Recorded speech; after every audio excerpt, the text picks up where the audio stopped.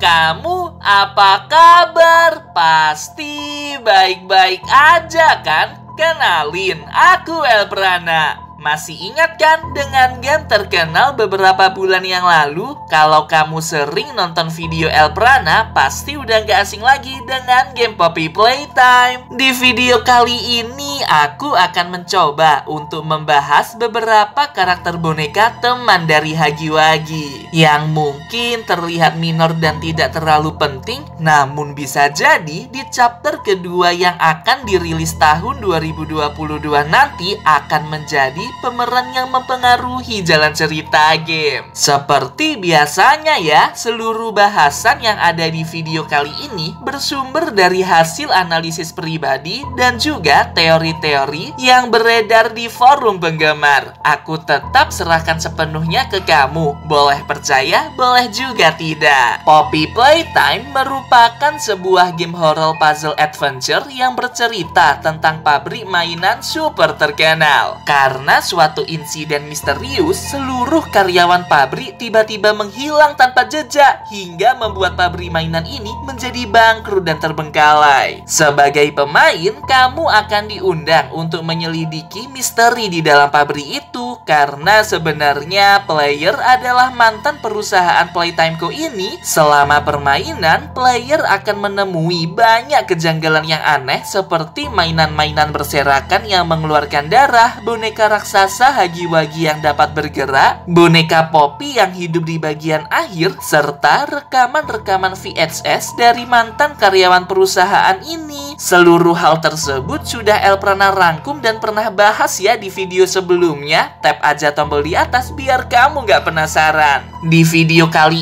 ini, Elprana akan fokus membahas beberapa karakter minor dan hal-hal misterius lainnya yang ada di game Poppy Playtime. Aku juga akan melengkapinya dengan prediksi peran mereka masing-masing di chapter kedua nanti. Misal kamu ada pendapat lain, jangan sungkan ya untuk komen di bawah. Aku ingin tahu analisis kamu mengenai game ini. Yang pertama, ada karakter player. Dia adalah pihak yang ternyata mantan karyawan pabrik Playtime Co. Yang bikin tambah merinding tuh, ada kejanggalan aneh mengenai karakter player ini. Pertama, karakter ini terlalu lincah untuk ukuran manusia. Dia mampu mengangkat grepek yang sangat besar dan berat, namun tetap dapat berlari dan menghindar. Selain itu, ukurannya sebagai manusia normal terlalu nggak masuk akal jika mampu masuk dan berlari di dalam van. Kalau Hagi-Wagi, Elprana percaya aja karena dia kan boneka dan materialnya lentur. Tapi kalau manusia biasa belum tentu bisa selincah Hagi-Wagi di dalam lorong yang sempit seperti ventilasi. Terus nih, ada pemain luar negeri yang mencoba untuk berkaca pada pantulan pintu lorong di dalam pabrik Playtime Co. Tuh, kelihatan nggak?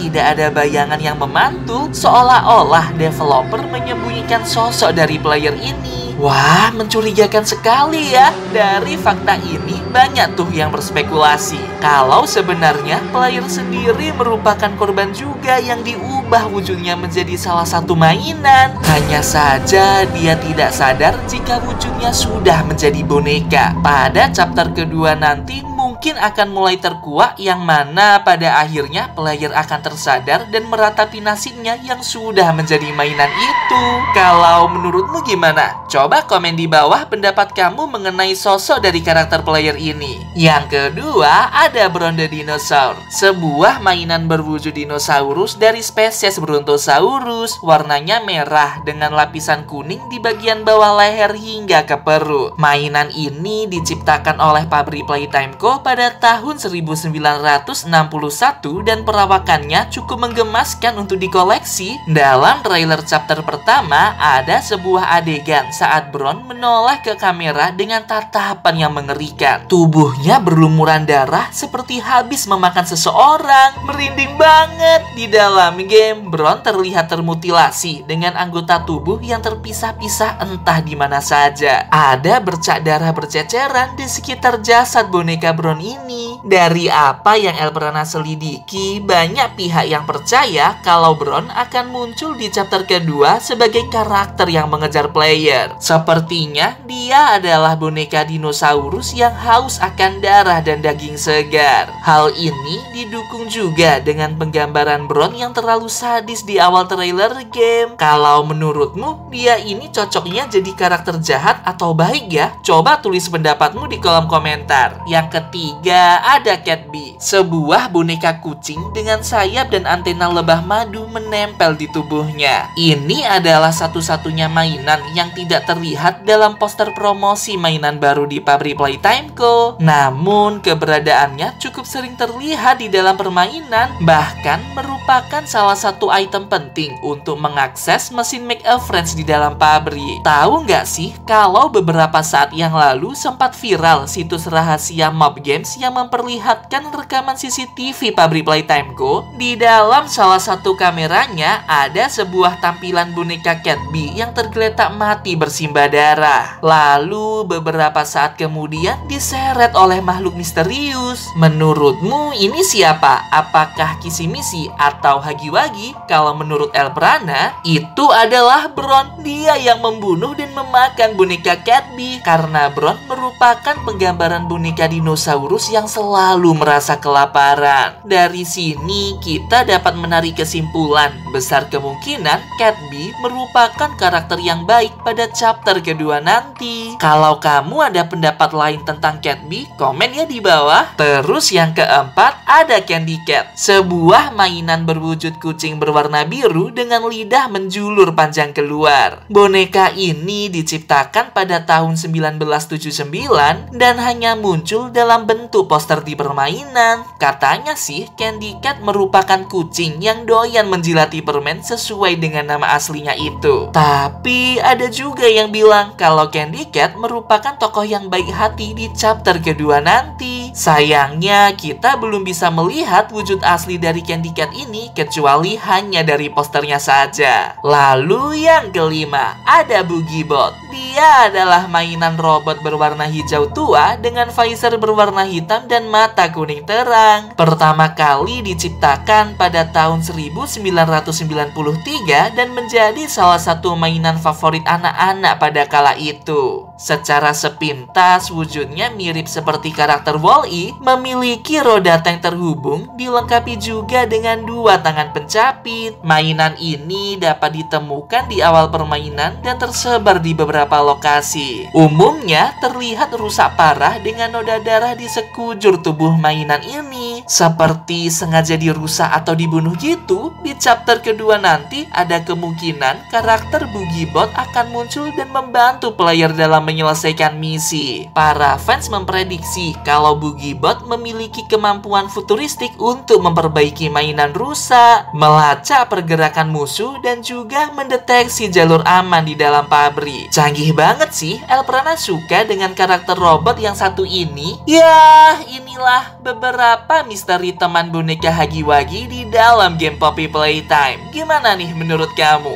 Dari seluruh karakter tadi, mana nih yang bakal muncul di chapter kedua nanti? Terus kira-kira sifatnya bakal kayak gimana ya? Coba komen di bawah, aku ingin tahu pendapat kamu. Oh iya, kalau kamu ingin merekomendasikan topik untuk dibahas di video berikutnya, jangan sungkan buat kirim ke email aks.elprana@gmail.com. Aku tunggu ya rekomendasi dari kamu. Sampai jumpa.